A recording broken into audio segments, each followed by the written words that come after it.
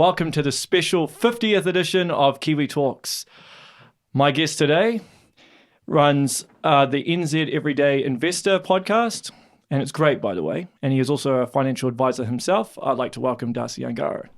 Sweet. Did I pronounce that right? You did, man. That was really good. Thank you. Good. How you doing? Really good. Really good. Yep. So one of the things I wanted to ask you is, how did you end up becoming a financial advisor? Because it's not exactly the job I think people dream of doing. Did you? Yeah, you're right. You're right. It isn't the job. Like I certainly didn't dream of doing this job. Yep. I think that, and to be honest, I'm still trying to figure out what the job is, right?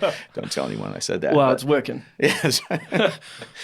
But how do you, so I became this, I guess, in the absence of being able to become something better. Does that make sense? Like, it sounds really terrible, right? But when I finished my degree, I couldn't get a job. And it took me 6 months to get a job. And then when I did get a job, all I could get a job at doing was a commissioned only, basically a glorified sales advisor for a mortgage broking company. Right. And so that was my first entry point into a job, a proper job, which didn't involve actually, doing physical labor after university.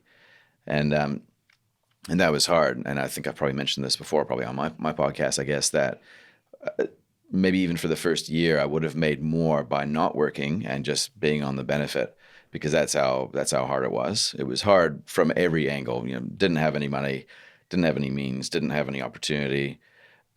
Was just working at whatever I could actually apply myself to just to get through. How long ago was that? That was about 17 years ago. Oh, wow. Okay. Yeah. Quite a while. So it was a baptism by fire, I guess you could say, or no.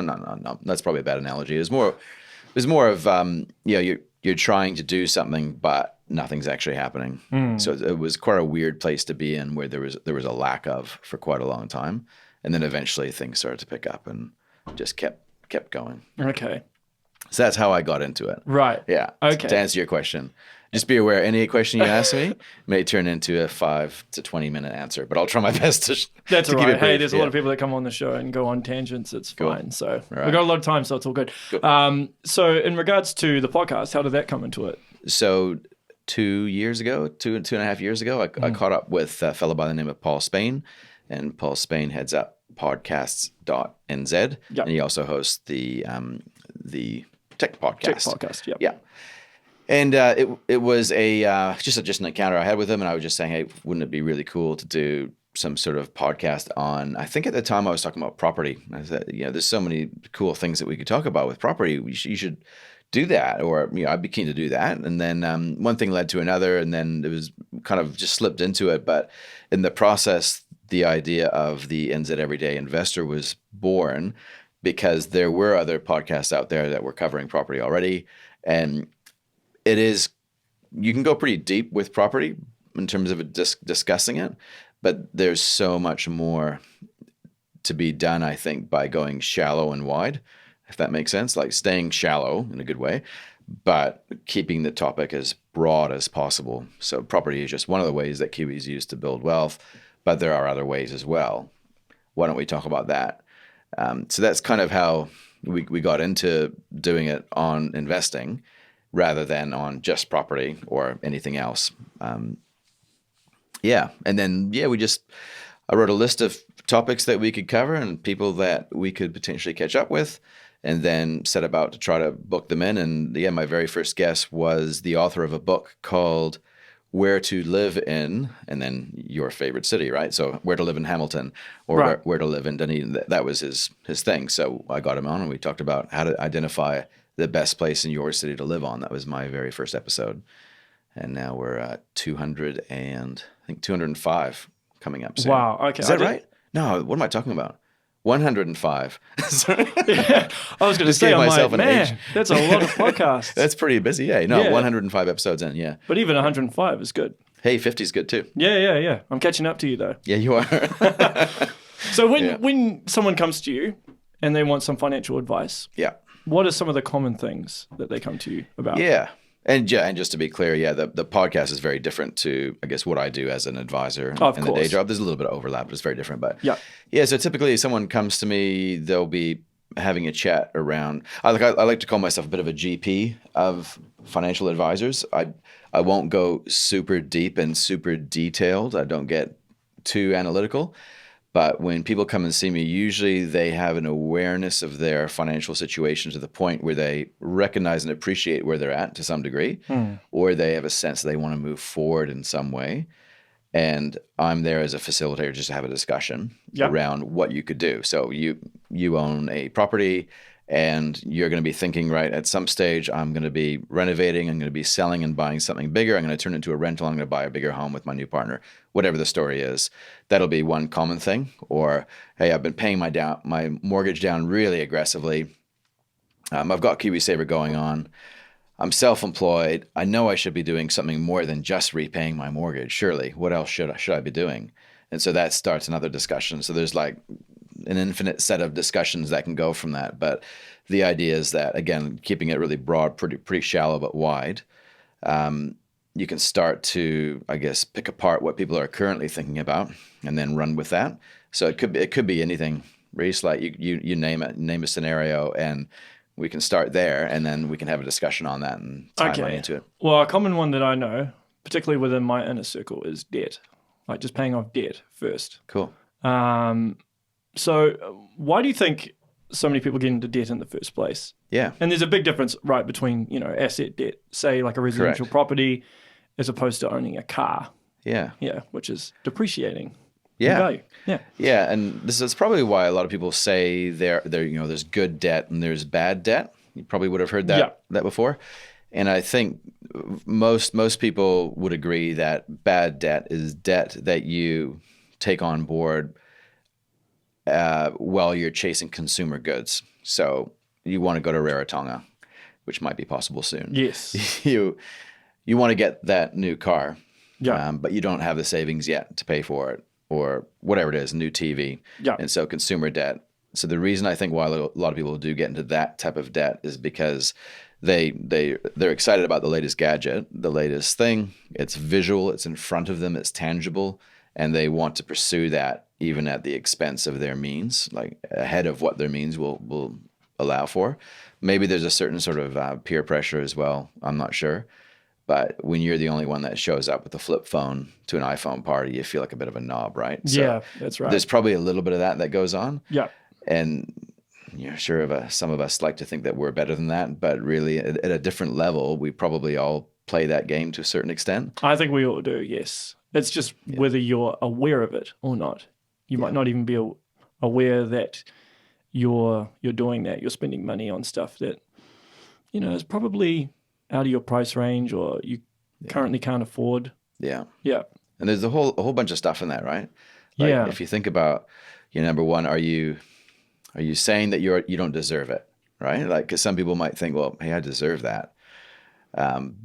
Therefore, it's fine for me to get this on hire purchase because, hey, I really worked hard. I deserve some sort of reward. And on the flip side, you could say, well, with some people, they actually don't live their lives very well because they think that they don't deserve anything.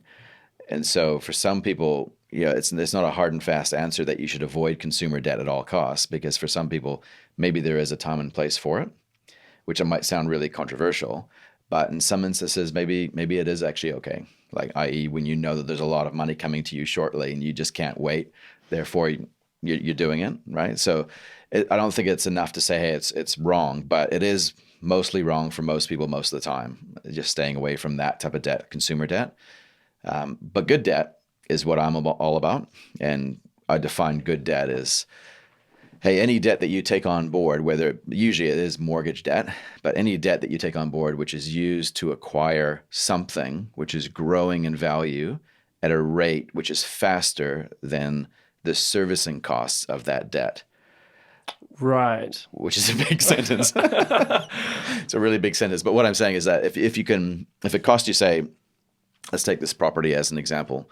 Let's say we own a home and it costs you $2,000 a month to pay the bank for the use of their money to buy this property. Right. But this property is growing in value at a rate which exceeds the cost of you servicing that mortgage. Let's say $2,000 a month, $24,000 a year. So if this property value is increasing at a rate which is greater than $24,000 a year, you could say that the mortgage debt used to buy this home was good debt because it actually was a tool that was used, leverage, a tool that was used to build wealth for you.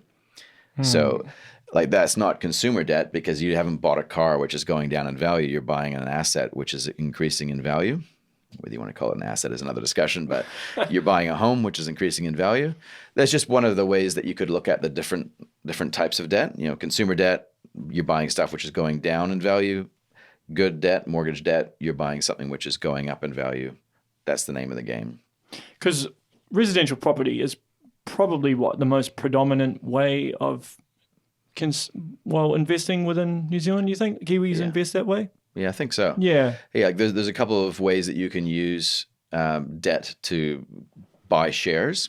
But for the most part, when people are using good debt to build something that's growing in value, they're usually borrowing from the bank to buy an investment property or even buying a bigger property for themselves. Would you encourage people to use the equity from their home to buy shares, though? Yeah, so it's I guess it's like anything, Reece. Like, well, there's not. I suppose it's not black and white. It depends on the scenario. Yeah, you're spot on. So the main thing is, I guess, for some people, knowing that it's an option is actually a good thing, because I'm of the opinion that if you have an itch to scratch and you don't scratch it, it could lead to a bigger rash somewhere else. And what I mean by that is that it sounds quite bizarre saying that, but what I mean is that if you are a risk taker, if you do believe in taking some degree of financial risk, and you'll know because you're probably buying lotto tickets every week or going to the TAB, you like the sense of risk. To a certain extent, you do need to exercise that in a very safe and controlled way, and that's where using debt to get into more shares is an option. Right. And there are platforms that you can use where you can buy contracts for difference. Well, that's just basically you're taking a bet on the direction of a share. And that's where it's very, very close to gambling. It pretty much is gambling.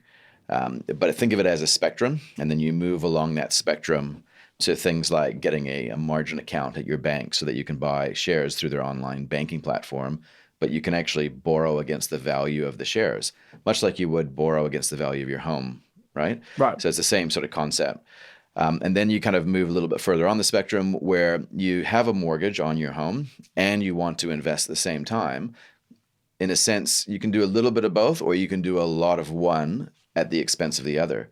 You could repay your debt really aggressively, or you could invest really aggressively, but you can't do both aggressively. So you could be seen to be borrowing to buy more shares if you choose not to repay your mortgage at the expense of investing more somewhere else, like KiwiSaver, for example. Right. So instead of topping up your mortgage payments by $100 a month, you're now paying $2,100 a month on your mortgage. You could increase your KiwiSaver contributions by $100 a month. And that's borrowing, effectively, to invest. Do you encourage people to diversify with their investments? Yeah, I do a lot of things, actually, Reece. Yeah. So I can see that. I can see that. And that could be one of them, right? Yeah. So diversifying could be, starting with somebody who doesn't even own their own home. Diversifying could actually mean, hey, I've got my student loan, I've got my hire purchase, and my credit card debt. Let's actually diversify your investments. Actually, for them means let's figure out a plan to get rid of those debts really efficiently and tackle the highest interest one first. But sometimes you may wish to diversify how you do that, right? Depending on how the bank, who you eventually want to talk to get a mortgage, will view that. So that's one sense of diversification. But then you've got a property owner, and they're looking to either not repay their debt aggressively at the expense of investing into, the expense of investing more into shares, at the expense of not repaying their debt quickly. That's in a sense diversification as well. Right? Because you're getting into two different asset classes. You're not getting rid of debt on property. You're buying more into equities. And then the other one could be, we're just throwing some examples out there, but the other one could be you're a property investor and you own your own home, but you want to buy a property in a different area which has different characteristics. Like it might not work very well in terms of the rental income that it creates, but it's in an area which will grow in value quite quickly. So it's good capital gains prospects is what we call that. Right. Versus your home, which might make a good rental because it gives you good rental income, but it doesn't grow in value very fast. So that's diversifying across two different types of properties, which have different characteristics within an asset class. So it gets pretty complicated and convoluted really quickly here, but Yeah. there's diversification on diversification that you can go deep with diversification and how far you want to go. So how do you explain this to people? Because I imagine you Yeah. talk to people and they don't know anything. Yeah, totally. Yeah. I draw a line. And that's pretty much how I start. So let's say you're my client and I catch up with you. I'm going to draw a line and it'll start with, hey, here's where you're at right now. Here's where you're dead. Here's some significant events that you see happening in your life. Maybe there's kids coming up. You're going to have, 2 or 3 kids. You might see yourself selling and buying into a different area for the school requirements. And then we'll skip all the way to retirement. Do you see any inheritance coming your way? Do you see that you might have to look after your parents? Right. When do you think you're going to die? That's a whole other conversation. But the distance between retirement and death is really important. And that's kind of what we're all trying to figure out and fumble our way through as we go through our lives, is how do we prepare for this 20 to 30 year period of time where we're going to be dependent on reserves that we've built up. That's kind of, in essence, what we would talk about. But we would then focus in on the very first decision that you've got.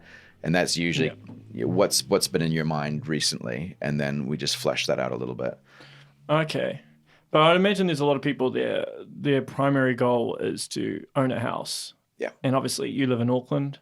I used to live in Auckland. Yeah. I know how difficult it is. You know what it's like to be me, basically. Yeah. And it's Yeah. pretty hard. Average house prices are, $1 million, I think now, or close to it. Yeah, pretty much. So, I talk to some people in Auckland and they're just like, they just feel like it's so far out of reach. There's no light at the end of the tunnel. Yeah. Obviously, that's the goal, not necessarily just as an asset, but just so you can live in a house that's yours. So how would you approach someone, or will someone approach you in terms of how you go about doing that?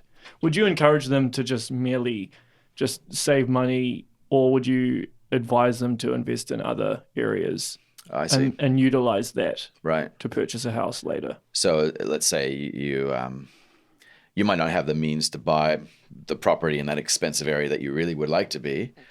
Do you A, just keep saving and prepare, or B, buy in an area that you can't afford?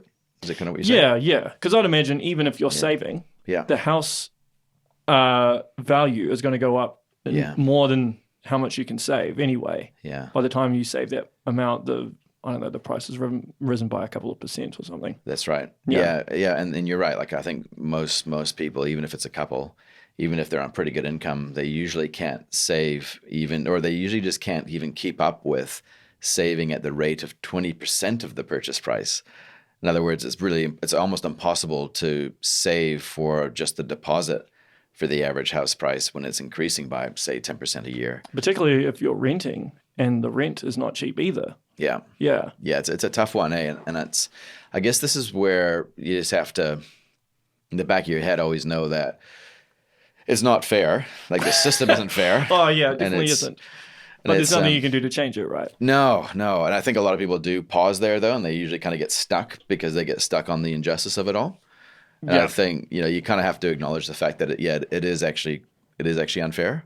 And then you just have to keep on going and do the best that you can, which might be to, just keep on saving, might be to buy an investment property later on. But let's just say that you're a young couple on a modest income, you're paying rent, and you're living in Auckland. You can't really afford to own there. But say maybe when you do have kids and those kids are ready to enter into school, you'd really actually rather be living in Tauranga, where the parents live or where you have family, because often when you have kids, you want to go where family is. So maybe the idea could be, hey, let's actually work together to get a plan in place to buy your first home, which is tomorrow's home, but at today's price. So tomorrow's home in that it's really only fit for purpose for you as a family of 4. Right now it's just the 2 of you, and it's in Tauranga. We're going to assume that at some stage you might want to live down in Tauranga, because that's what you've said maybe. So the idea would be, hey, you're cool with renting, just stay renting. That's fine. You need to be in this town because that's where the work is. But let's at least work towards owning a home, which is going to be fit for purpose for some part of your life. So for some people, that might even be their retirement home. Who knows? Maybe they can't afford to do this right now, but they do want to live in Huntley for their retirement. Who knows? Who knows? It's a thriving retirement place. Who knows? It might be by the time we get there. But maybe they've missed the boat on the whole owning your own home in Auckland or in a bigger city like say, Hamilton or Tauranga. They've missed the boat. They've been locked out. Yeah. But they can do something. They can still look at all of the properties they may ever need in their life and choose one. Maybe one of them they could own now and just put a tenant in there for now. Get someone to rent it out off of them for now so that their holding costs are covered. And what they've effectively done is they've locked out all of the property inflation that will happen between now and when they one day want to live in it. That's kind of the idea. Yeah. But like saving for your first home is soul destroying. Oh, because it's such a big task. Like it is, and it feels like it gets harder. I think each generation, it's more difficult. Yeah, it does. When did you buy? If you don't mind me asking, when did you buy your first home? Well, I'll give you a bit of backstory. I mean, obviously, I was living in Auckland, and just with the type of work I was doing, I was thinking to myself, how the hell am I ever going to be able to afford a house here? And then I kind of realized, well, actually, I calculated because I was in traffic quite a bit, and I worked out I spent 36 days a year in traffic. And I was like, when I added all the time up, I'm like, that is ridiculous. That is time I never get back. And then the second thing was, I was like, okay, I can never afford a home here, at least on my own, because I was by myself at the time. So I was like, well, what can I do? And based on the type of work I was doing, I realized that I could get paid the same here, and the house prices were way cheaper. So it was actually viable. Yeah. There was actual prospect of me actually owning a home. So so that's why I chose to do it that way. Good. But I imagine this, and I know a lot of people like this who are just very stubborn, and fall back into the, this is not fair thing. Yes. How do you change their mindset though? Because they must come to you, this is my dream, and then you're probably crushing it in some ways. Totally. The dream crusher. Whoops. And especially on like a Friday, right? Never talk to me on a Friday. Because I'm in dream crushing mode. Because I've heard it all throughout the week, and my patience gets. No, it's not necessarily true. But just going back to what you were saying before, Reece, I thought was pretty cool. So what you did when you made the decision to buy this place was cool in that you made a list of all the available options that you could execute on, and you chose the best from that list. You didn't hang out for the ideal, the elusive, the thing that was unfair. You actually made a decision based on what you could do through, I guess, rational thought. You didn't actually kind of fight the system and complain about it. No, well, I don't think that works, and I think you just end up being bitter over it. I don't think it helps your mental health either. No. Just to be stuck in that state. It's like, this is the hand you've been dealt, so just make the best of the situation that you have. Yeah. That was my viewpoint. That's right. But even then, when I was looking for a house, I still had an idea of the type of house that I wanted. Sure. Which was still unrealistic. So you kind of just have to tell yourself, okay, what am I willing to compromise on? Yeah. What can does this stuff really, is it really a necessity, or is it just something that I want, that I'm coveting for? Yeah, that's right. And I think it's like, when you go back to the problem that you're trying to solve, is you're trying to own a home, which is good. It's a good thing to do. If you can do it, you should strive towards it. We all should. Yeah. But for some people, and going back to your question, I guess for some people, it's harder to hear the truth about ourselves than anything else. So if I was saying to you, hey, Reece, you're before you bought here, it's not going to happen, dude. You're looking at $1 million properties, and you're on a $600,000 budget here. Don't fight the system here and get angry and rage against the machine just yet. Actually, nice quote. Yeah, thank you very much. I was just listening down on the way down here from, actually all the way up here from Rotorua. Yeah. Renegades of Funk. I was listening to it with the kids. They love it. Oh, that's good. Rage Against the Machine. It's great got good for music tastes in. Yeah, that's right. Well, there just needs to be some sort of filter or an app to take out those words that you really don't want your kids to hear. Like a beep. Yeah. Yeah. But instead of being really full of angst and just anger around the fact that you can't execute the thing that you want, blaming everybody else for that. It's, well, what's the best thing that you can do? And just go about and do it. What's the best thing that you can do for yourself to get yourself either out of a problem or into a better position? Just focus on that. Easier said than done, but Yeah, sometimes it takes half an hour to get to that point where, I could say that, but that's really important, is to get real as fast as you can and to execute on the very best move that you can make. If you go any lower, that's dumb and it's going to cost you later on.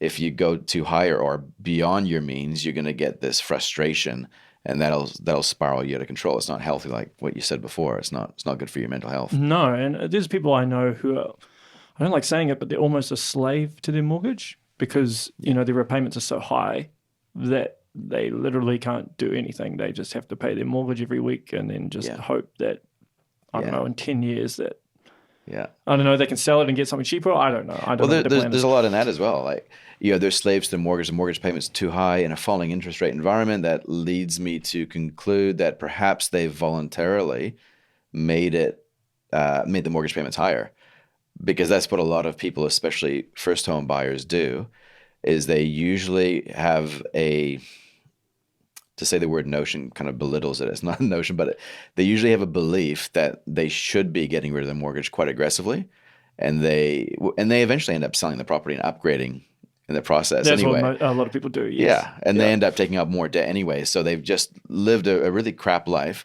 as they've tried to shovel all their money away into this mortgage because they believe it's the right thing to do, and then they turn their back on that philosophy later on anyway. So I think some of that, especially when interest rates have almost halved in 5 years, some of that you got to wonder, right? Like, well, the banks are smart. Yeah, they are smart. They know how to get you to borrow money from them. And people like me as well, to be honest, Reece. Like, I've more than a few times referred to myself as the crack dealer of mortgage debt.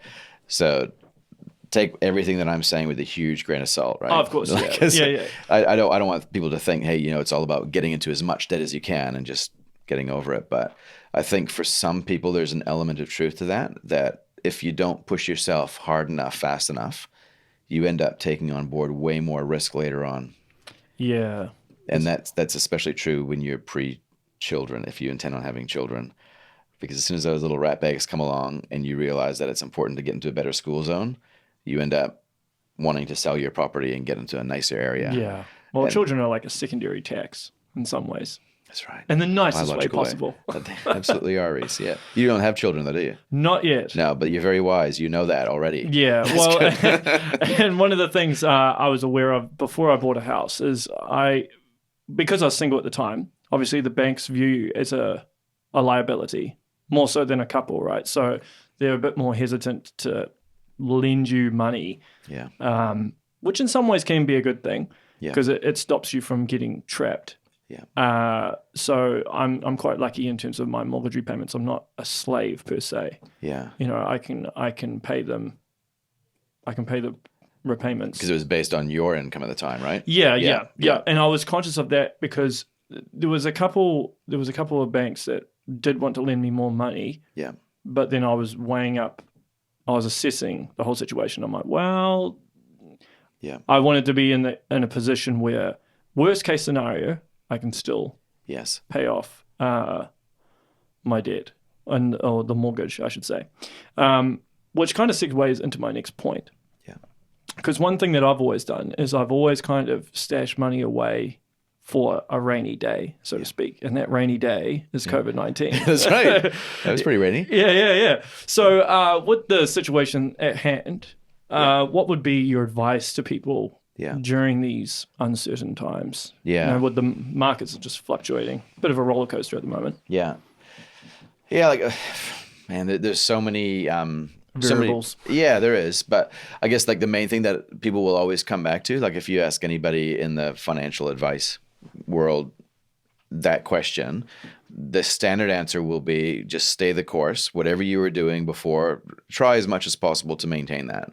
So if, let's just assume that you're still employed fully, right? Yeah. Like if you're still employed fully and there's actually no real risk to your employment, you've tested it out and you're pretty confident that your employment is solid, then in terms of your investment strategy, whether it be choosing what type of KiwiSaver fund you're in, as it relates to your mortgage, how aggressive do you repay the debt? How long do you fix it for? All that sort of stuff.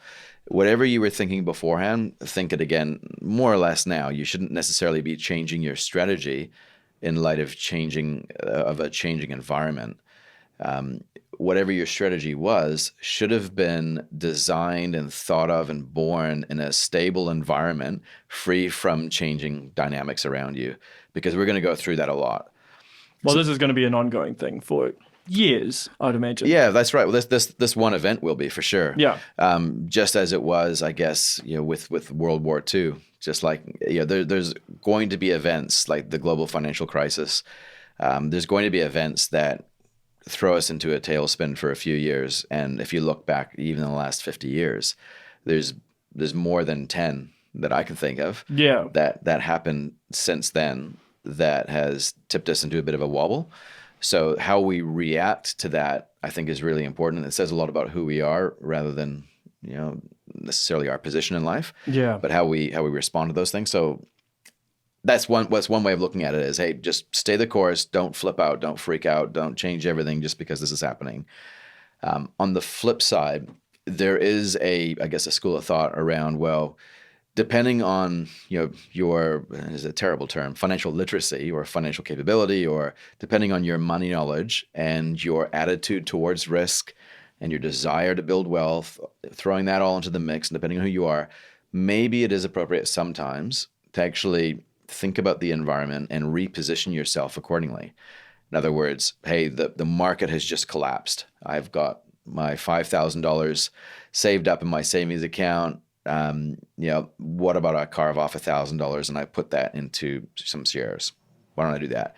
Because things have just pulled back seriously, and I want to actually get a part of the rebound. Maybe there's a bit of a storm. We come out of it like we have right now, where the market's pulled back significantly in March and things kind of stabilize again. Maybe this is a golden opportunity for those who haven't yet moved their KiwiSaver fund into conservative to do so, which is completely counter to what I would tell most people. But I'm just saying that, for some people, sometimes the best advice is the opposite of whatever the mainstream is saying. Yeah, well, the problem is, I find, is a lot of people are like sheep. So they just follow. I mean, the toilet paper incident during lockdown is a major, that's a perfect example, right? People just going out and buying toilet paper when you didn't really need to buy that much toilet paper. Yeah. And so people just see, one person or a group of people doing something, and then they just follow it. Correct. Without even thinking about it logically.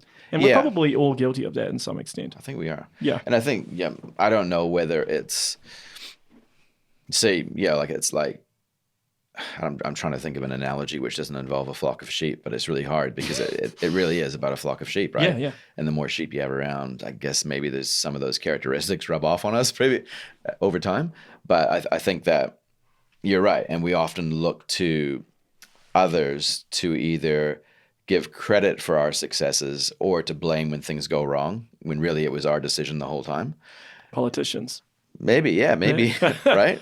That's a different story, though. Yeah.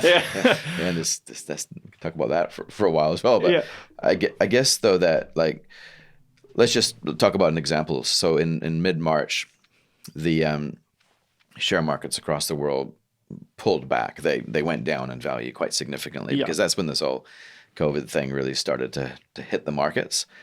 And if you were invested in KiwiSaver, let's say you've only been in KiwiSaver for a while, you've got $10,000 or $15,000 in it. It's not very much in it, really, in the scheme of things. Yeah. You might not care so much if it goes down by 10%, 20%. You might not really care because you don't really notice it too much. It wasn't much to begin with. But when it's close to $100,000, you start to notice it quite a lot. And that's where you could have actually solidified that loss and got out of that KiwiSaver fund and moved it to a more conservative fund, which involves less volatility, but is safer. So you could have done that, but that would actually put you backwards because now you've sold out of a $100,000 fund that went down to 80, and then you sold it at 80, and you bought $80,000 worth of a fund that doesn't normally increase in value very fast. But that's what a lot of people did do in mid-March. was a knee-jerk reaction. A lot of people did that. But the trends show that that's usually what happens anyway. It comes down and then it goes back up, doesn't it? So That's right. So if we could just have a hot tub time machine for a minute, Yeah. we would know that, right? Yeah. But we don't. And so every time it happens, we think this time it's different. This time the world is going to hell in a handcart, and maybe I need to get out right now. So there was a lot of people that did that. Somewhere between $1.5 to $2 billion worth of KiwiSaver funds migrated from more moderate to high growth funds to conservative low risk funds during that period of time. Maybe it was one or two, then everybody else started doing it like a flock of sheep. Who knows? Or maybe it was just a natural knee jerk reaction. I'm panicking. What do I do? But maybe now we know that the best decision was to leave it in there. Even though your $100,000 fund just went down to 80, now it's pretty close to 100 grand again. Yeah, well, I was thinking that. I was like, should I pull it out? Should I not pull it out? I was like, what do I do? Yeah. I think the Colonel guys were like, no, don't pull it out. Yeah, that's right. And I listened to them. Yeah, no, they're smart guys. Yeah. I think, though, that there's a certain sort of arrogance, though, when, say, people like me say that is the strategy to follow every time. You know what I mean? Like, the market's pulled back, stay the course, don't panic. It would be arrogant for anyone in my position to say that that's the answer every time. Well, it's not one size fits all. No. Yeah. Like, what happens if you were looking to buy a property in the next 1 year as your first home? Yeah. And you wanted to withdraw that money? Well, maybe now is a great time to get into a conservative fund. Or even people who are retiring, and they might need the money. Maybe. Yeah. If they're going to be using those funds first.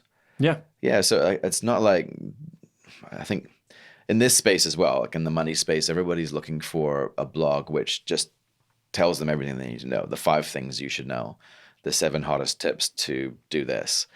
And I think the problem is number one, again, it puts them up on a pedestal, whoever's writing that, as, hey, they're the money expert. And number 2, if you don't follow it, you've somehow failed by somebody's standards. And who decides that? Yeah, who does decide that? And anyone can upload anything and put anything on the internet. Yeah.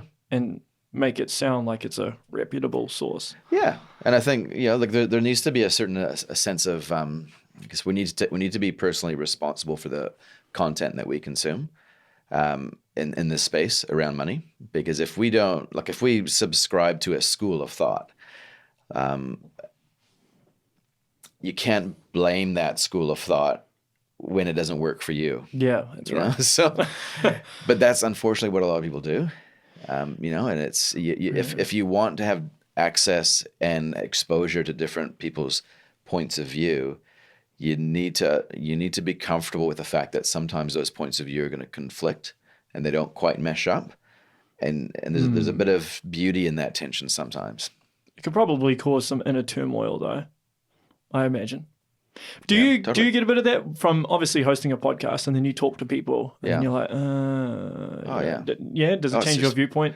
I suppose. Absolutely. I think, I've been doing this for 17 years and I still feel like I barely know what the heck I'm doing, in terms of trying to figure out how it all works. I don't, the more I realize it doesn't work. It's just this whole this beautiful chaotic thing, how to make money, how to grow wealth. There's no answer there. But you do have to be comfortable with these 2 opposing thoughts resting in your mind. Do you get down that debt level first before you invest? Or do you do both at the same time? Or do you go interest only and just invest as much as you possibly can? Active versus passive management. Picking individual shares versus just buying a fund, like what the Colonel guys would have talked about. There's so many different pockets of schools of thought. Being frugal versus I don't know what the opposite of that is. Unfrugalness, loose, whatever the word is. Right? Yeah. But you've got to hold these really uncomfortable truths in balance at the same time, because especially when you're in the space that I'm at, because for some people they need to be exposed to a certain part of it. That movie quote, "You can't handle the truth." I think it's A Few Good Men, right? Yeah. You can't handle the truth. It's totally true, man. Yeah. So we cannot handle the truth, but it's usually the truth about ourselves. So if you get exposed to the truth about yourself by somebody else, you're either going to take it on board or you're going to reject it, and that's because you're not ready to hear it at the moment, or because it wasn't the truth to begin with for you. Well, you can sometimes go into the fight or flight mode. Yeah, just freak out. Go on the defensive. Yeah. Totally. But I think, and that's why it's weird, right? Because when you're in the business of giving advice, you've got to be mindful of that. Like there's so many different levels going on, right? Yeah, because I imagine you'd have to approach each person differently. Like Totally. even in terms of me doing this podcast, like when I have a guest on, I kind of have to feed. I got to make sure that my energy level's at the same as them and kind of be on their level. Yeah, So they understand me, I understand them. that's right. And every person's different. Not everyone can do that, Reece. That's pretty good. I try to be good at it. A lot of people can't do it, actually. I think that's the difference. Yeah. Yeah. So how do you do that? Because obviously someone comes in, and I'm sure you don't have a template that you follow. You kind of listen to them first, hear them out, and then from then, is there sometimes where you're thinking to yourself, okay, if I give this person the truth, are they going to be able to handle it? Yeah. Totally. That's absolutely right. And they're either going to, they'll react to it by saying, no, that's not true because of this, this, and this, or they'll hear it, but they'll kind of just internalize it. Dwell on it. Yeah. And either dwell on it or just completely disregard it. Yeah, it's a tough one, right? It's a tough one because you have to kind of acknowledge the fact that, hey, sometimes it's not the information which I have, which is the standard, like it's just my interpretation or it's my viewpoint of what I think they should hear, right? So you have to kind of always humble yourself, and I'm constantly kind of just trying to humble myself to make sure I'm in check and I'm not assuming that I know more than them, because that's actually not what it's about. It's not about knowing more than them. But I need to always just remember that, hey, they're actually a person, just like I'm a person, and all I'm really doing is I'm speaking to them, and I'm trusting that in the art of that conversation somehow something will get unlocked that will help them. Yeah, and it does. It's magic. I don't know how it works, but it's magic. But it's definitely not knowledge. It's not me being smarter than them. So it's a weird thing that happens that way because, like you say, you have to kind of get on their wavelength and like receive who they are as a person, acknowledge that, and then talk to them at where they're at, not some other level. It's a hard thing to do though, because I'd imagine, I've had people come to me for financial advice. Yeah. Don't know why, but maybe it's your next career, dude.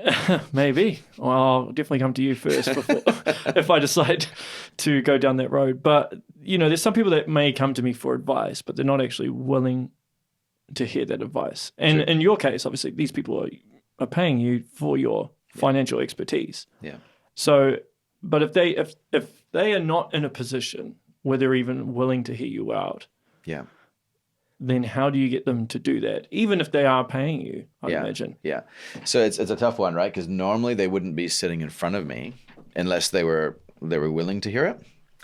And I guess this is probably where we should, just make the point where there are so many different types of financial advisors in New Zealand, and that's a good thing. Definitely. There's no right type of financial advisor, but you do need to understand what motivates them, what powers them, how they get paid, whether they charge fees or whether they're getting paid a commission.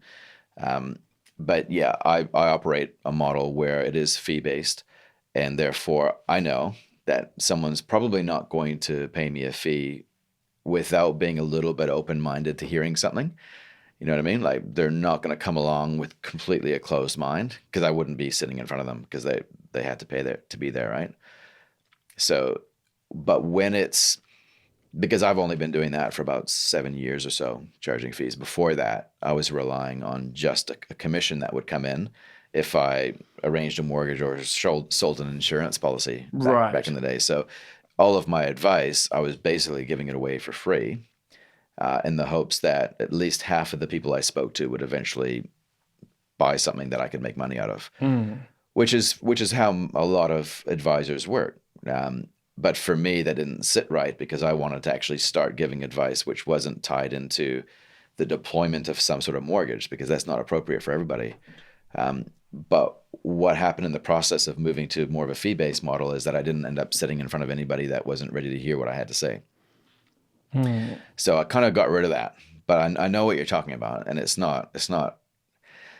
weird, but it's like having children. You're constantly giving them advice and they don't listen to it.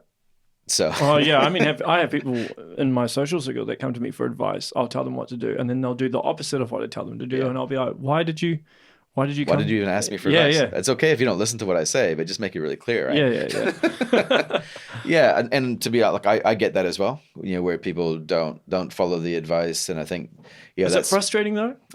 with freeze. But I suppose you can't get emotionally Yeah, I wouldn't say attached to that. I suppose because yeah, you have to disconnect yourself from it. yeah. I guess it's again. I'll go back to the fact that it's not really about me having the answer. Sometimes it's I just have to honestly ask myself, well, maybe the advice that I was giving them wasn't actually right. Maybe it was sound. It was based in concrete theory. Maybe it seemed appropriate for them in the age and stage that they were at, but maybe it wasn't actually right. Who knows? And that's where I'm constantly kind of trying to humble myself, but also think about it's not so much the words that I'm giving them; it's the power of those words. It's they may have heard something because I've seen this all the time where I might have said something, but I hear 5 different interpretations of what I said. Because it's not so much the power of what I'm trying to say, what I mean, it's the power of the words that I'm using to convey it. Sometimes they can take people on a different journey. So maybe I just hope that maybe sometimes those words, while they didn't listen to my advice, maybe it will still accomplish some good somehow. Yeah. That's how I deal with it. Do you have people come to you for advice on gold and cryptocurrency as well? Yeah, a little bit. Again, I kind of think of myself as a GP. So you've got something that you want to talk about, and I can cover things quite broadly. Well, I'll ask you about gold and cryptocurrency. There we go. There we go. Talk about that. So, and I'll only take you as deep as I can go because I can only go so deep. Oh, yeah, because of course. But like I'm a fan of it because it's different. It's different, and it's a thorn in the side of the status quo, and I like that. That's me raging against the machine right there. Anti-establishment, are you? There you go. Yeah. Well, maybe I am to a certain extent, right? Yeah. I'm as straight and as plain vanilla as they come, but occasionally it might look like I've got quite a eccentric exterior. Yeah. And when it comes to best financial practice, investing in gold and Bitcoin is not necessarily what most financial advisors will advise their clients to do. Well, I think a lot of people don't quite understand it. I mean, I had a guy on talking about cryptocurrency. Yeah. And it's incredibly complex. I mean, investing as it is complex. And then you add cryptocurrency on top of that. Yeah. And it's like, okay, what exactly are you saying? I know. Because there's so much involved. I mean, it's like opening Pandora's box. Once you really get in to cryptocurrency, you can then find yourself going down the rabbit hole. And it's like it takes a certain type of person to put themselves in a position where they're completely out of their depth. Like you're swimming in a pool, which you've got no chance in swimming, right? Everything is against you, but it takes a certain person to jump in there anyway. Are you one of those people? Yeah, I'm in. I've taken the red or the blue. I can't remember what color pill it was, but I took it ages ago. Oh, good man. And it's still working, man. But no, what were we talking about? Cryptocurrency. So, cryptocurrency. Yeah, so gold and cryptocurrency are actually quite similar. But the best way to think about this is that like a lot of people in the what's a pleasant, nice, courteous way to describe the I guess the incumbents, those who kind of would view investing as quite it's not simple, but the view investing is what you should be doing is you should be buying shares in businesses that are profitable, right? Like that's what most people would say, hey, that's what proper investing is you're buying shares either directly or indirectly through a fund which owns shares in multiple companies, nicely diversified, all these sorts of things. But you're basically buying into businesses that are producing something of value. It's doing something. And you're sharing in a part of that gain. That's pretty much what you're doing when you're investing. So when you say that we're investing now in cryptocurrencies or we're investing in gold, we're actually buying something which technically isn't a productive asset. It's not doing anything. It's not producing an income. It's not necessarily solving a problem. It's just sitting there. It's just sitting there. It's just storing your wealth. It's a store of wealth. It's also a medium of exchange. If I had gold of a certain purity, I know that it's worth X amount, and you believe that as well. Therefore, we could trade that gold for something of worth. So it's a medium of exchange. cryptocurrency, and let's just use Bitcoin because it's easier. Similarly, if you believe it has value like I do, at least at this very moment in time, I could give you one Bitcoin today, and you know that that's worth $9,210 US worth of something. So if we both believe that and we can see that that's what it's trading for, then it's a medium of exchange. Bitcoin can also be a store of wealth like gold is, but gold's a bit more stable. So when we talk about investing in these things, we're not talking about investing in the traditional sense where you're buying shares in a company that's producing something. You're just holding an asset in the hope that somebody else in the future will pay you more for it than what you bought it for. Right. That's kind of how you make your money out of it, or one of the ways you make your money out of it. Having said that, there are ways now where you can basically bank your cryptocurrency into platforms which pay you interest. So it's now starting to resemble more like what cash is, where you can at least get interest off of it. But a lot of the criticisms that I guess people in the finance space will have against alternative investments like gold and cryptocurrency is that it's kind of like you're buying into a bit of a Ponzi scheme, and it's just whoever is the greater fool at the end of it to pay you more money.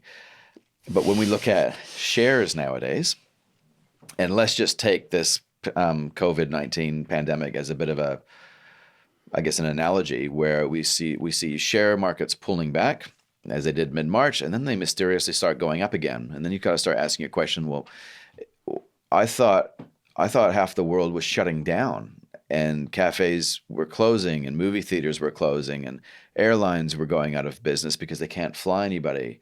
Like, to me, it makes sense that the value of all these shares in these productive businesses should actually be going down, right? Would keep going down. Yeah.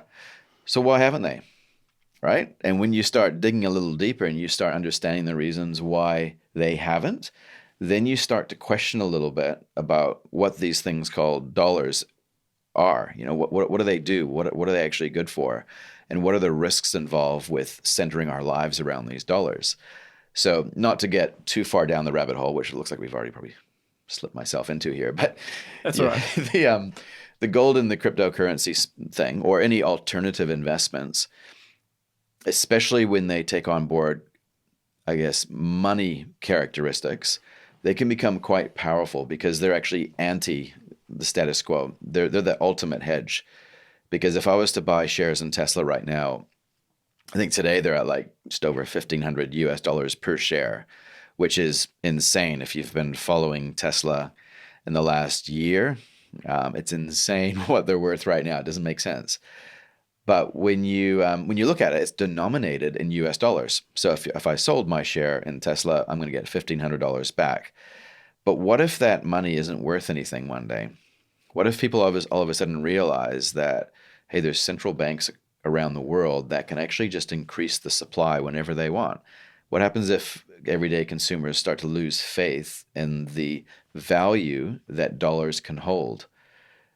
I know I'm going kind of deep here, but bear with me. That's all right. Yeah, that's all right. So the art of this is that, and I think any investor should be thinking about this, is that this is a great example of an idea which is dangerous to mainstream thought. It's an uncomfortable idea to hold this, and I personally don't feel comfortable believing this. So take that as you wish. But if there's some truth in the fact that at some stage the current monetary system will be unwound, or people will lose faith in it in some way, you should have a hedge. You should put some of your value in assets which don't correlate to dollars.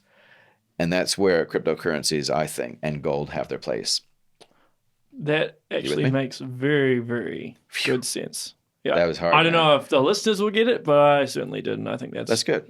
That's a good way of looking at it. Cool.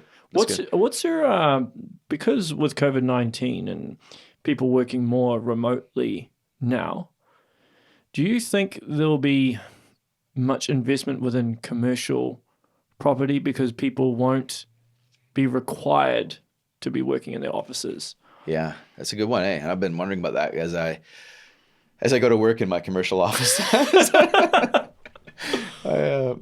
I own as well, to make it even worse.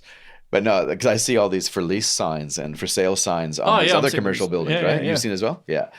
So, like, I know the commercial property is one of those things where, you know, like, you've got property then you have residential, and then you have commercial, and then within commercial, you have all these different types of commercial. You've got retail, commercial, industrial. So the industrial part, I think, is interesting. So if you have an industrial commercial property, I think that's actually different to retail, Yes, right? I agree. Or whether it be an office block, right? Because you're right, working from home trend, people are either going to be able to scale their businesses, which I think is the better way to look at it, with having less of a footprint, or they're going to get rid of the footprint they have because they don't need it. They don't need all that office space because they have 50% less staff. But when it comes to the industrial thing, I think there's going to be, I don't know the right words for it, but I think there's going to be a lot more demand for, I guess, drop shipping, stuff like that. So there'll be cold storage, there'll be stuff that doesn't involve interactions between people. And I think that's where industrial has got an edge on commercial and retail big time. That's a very, very valid point.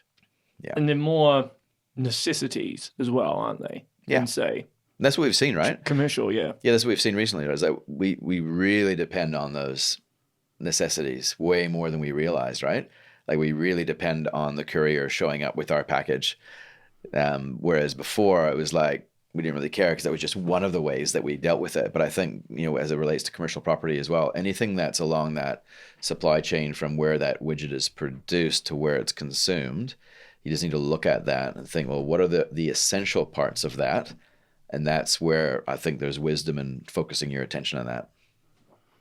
Yeah, because they're more essential to our GDP, particularly now with tourism pretty much gone. That's right.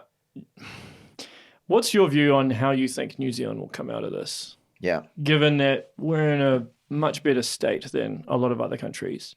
And I've been seeing, reports that we're in a prime position to have more investment here because we're a safe haven, so to speak. Yeah.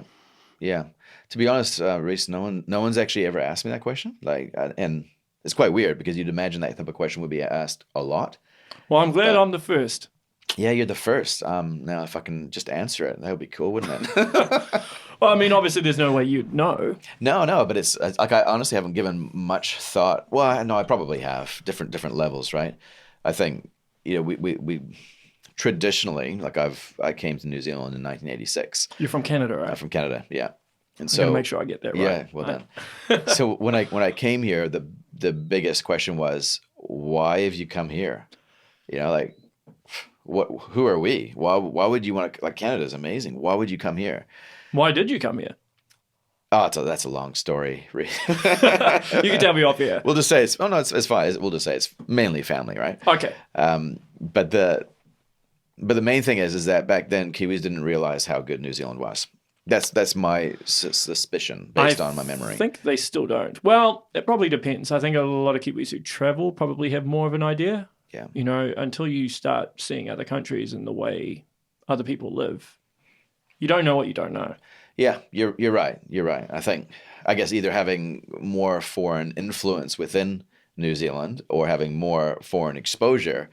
Well, particularly within Auckland. You're right. Yeah, absolutely. I think people are starting to kind of wake up to the fact that, hey, like you go to Europe, right? And you realize actually everything literally smells like crap. Yeah. And it's concrete. Yeah. Sure, there's old buildings, but it smells like crap. Yeah. So you come to New Zealand, everything smells like wet, moist moss. It's fantastic. Love moss. Yeah. So this really is the best place in the freaking world. Like, this is the best place in the world. This is where you want to be, even in the good times, but more so in the bad times. So I think as it relates to your question, if you had means, if you had wealth, and you had freedom, you had the ability to translate your world into another space, you would want to come to New Zealand. You'd want to sell up and you'd want to come here, or you'd want to set up yourself as a home base here. That was true before the pandemic. And you were seeing a lot of people, like a lot of the Silicon Valley types, I guess you could say, were starting to come here from the US, right? Yeah. And there's a lot of foreign interest in New Zealand, not in the way that you would think, but just in the way of, hey, this is actually a physical hedge. This is where we want to be if there is some sort of Armageddon event. This is where we want to be. Well, there's a whole bunch of Americans that built underground bunkers in Queenstown, isn't there? I think I heard Can't say, that. man. I don't know. That's what I heard or I read Yeah, somewhere. that's right. Yeah. So I think there was something on the Vice network on that. Not that I Yeah. watched that, but I saw a video on YouTube around. It was like a documentary on all these bunkers that were being bought and sent to New Zealand, right? Yeah. Like I know a lot of gold is stored in New Zealand. Really? So a lot I didn't of, know that. Yeah, there's a. Yeah, you and I both don't know a lot of things, right? And that's probably one of them. That's just a random little tidbit that I picked up on my journey. But yeah, a lot of gold is stored in New Zealand, in places that only their owners know about who don't live here. Right. And I think that's part of the story of, hey, New Zealand is literally a safe haven. So the logic goes, well, in a world where there's more billionaires than ever before in the world's history, in a world which is as dangerous as it currently is, where would you want to live if you had the freedom and the means to choose? And I think increasingly that's New Zealand. So that's a story I think that was true before COVID, but Even more so now. even more so now. So how does that translate into, I don't know what that means for the everyday person, but I certainly don't think property values are going to be falling off a cliff. Let's just be pretty blunt there. I don't think so either. No. I do think that part of the problem with, say, Auckland is, I mean, you're probably, because you're from Vancouver, aren't you? Yeah, originally. Yeah. So, because one of the problems I find with Auckland is if you want to work in Auckland, you have to live in Auckland. Just because we don't have a fast rail system or a good public transport system, so people can't commute from outside of Auckland into Auckland to work. Yeah. Yeah? Yeah. Would you agree with that? No, yeah, spot on. And so if you're going to do it, you have to get over the fact that it's, like an hour and a half at least to commute, right? Each day, which, as you know, if not more, yeah. Yeah. So it works at a certain point, right? And I guess that's why. It depends on what you value, I guess. Yeah, and if you're earning really good money and it's really important for you to be there, makes sense. And I'll actually add on another thing. If you view your own home as some part of an investment strategy, then, which a lot of Aucklanders do, then that's fine, right? That's a sacrifice they're willing to make because, hey, 10% a year growth on my $1 million property is better than 5% elsewhere. That's probably the mindset they have. And so that's why it's like, well, if I can stay in Auckland, if I can keep up with the pace of life there and allow myself to be in the rat race here, then, hey, I know that I'm owning a property that's going to be hopefully outperforming what I could own elsewhere. I think that there's a certain truth to that. That's good stuff. It is, eh? It's good stuff, man. Good stuff, man. Good stuff. I feel enlightened from all this. That's good. I feel like I've just been chatting nonstop. Yeah, haven't I, Reece? Sorry about that. That's all right. It's probably a good place to wrap up. Cool. Now, if anyone wants to follow you, do you have social media and all that? I do, yeah. So probably the best thing is just to, if I can give a shout out to the podcast. Yeah, of course. Yeah. nzeverydayinvestor.com. It's good. I do listen to it. It's different. It's kind of like this, except I'm sitting in your chair and I talk Does it feel weird being on the other side? No, it doesn't feel weird being on the other side, but it feels like, it feels like I probably should have thought more carefully about some of my questions, like some of the answers. Now I'm thinking, oh man, maybe I shouldn't have said that, but that's all right. I'll let your viewers work out which was just like rubbish and don't listen to it, and which was good stuff. Well, what is value to one person is considered crap to another. So that's true. You don't know. Yeah, that's true. That's true. People get something out of stuff, and there's some guests I get a lot out of, and the audience is like, nah, but it's weird. It really depends. Yeah, it's weird. Like some stuff that I've caught up with people about, I think, man, this is so cool, but then other people are like, nah, just totally not into that. Like people love to hear stories about personal finance, right? They do. Yeah. I hate personal finance, man. I think it's boring, but most people love it. So someone in our position, what do? Do we cover the topics that we know people are really interested about because we want to grow our listenership? Or do you just keep focusing on the thing that you really enjoy doing, right? It's a tough, how do you deal with that? Well, it depends. I mean, a lot of I try to make it as free flow as possible. So there is stuff that I prepare for, and I think this will be a good thing to ask But then I try to be aware of my listeners as well and what the demographic is and what the base is and what they would probably like to hear. Yeah. So I try to mesh that with stuff that I'm interested in. That's right. Like the commercial property thing. Yeah. Yeah. Occasionally throw these guys a bone, right? But I'm just gonna yeah. talk about It's this. all about me, Well, it is, right? Yeah. You know, you put on a lot of work into this. You might as well actually enjoy yourself. Well, of course. I mean, part of the reason I like doing this in the first place is just talking to someone face to face. Yeah. I do prefer that than, because everything's going more digital and I think we're losing the art of just having a conversation face to face. That's right. Yeah. You're absolutely it's all this and this. Yeah. Yeah, it's true. Good fun, man. Keep up the good work, though. You're doing good things. Likewise. Yeah. So, where can everyone find your podcast? To answer your question, Reece. Yes. nzeverydayinvestor.com, or just go onto your favorite podcast player and search for the NZ Everyday Investor. That's the best place. Yep. Just go there. Or I think I'm on. I think it's Ungaro Darcy on Twitter, or Darcy Ungaro. I can't remember. But I'll be there. Yeah. I'll post everything in the YouTube links and Spotify and all that as well, all your social media. And you have a financial advisor website as well, eh? Yeah, ungaro.co.nz. Yeah. UNGARO.co.nz. Cool. Darcy, this has been great. Good, man. Glad we finally made it happen. That's right. Yeah, it's been like six months in the making at least. Yes. Well done. What we got here. All right, everyone, that's the show. Make sure you share, like, and subscribe, and make sure you follow Darcy's podcast for all the best financial advice. All right. Thanks, everyone. See ya. Thanks, man.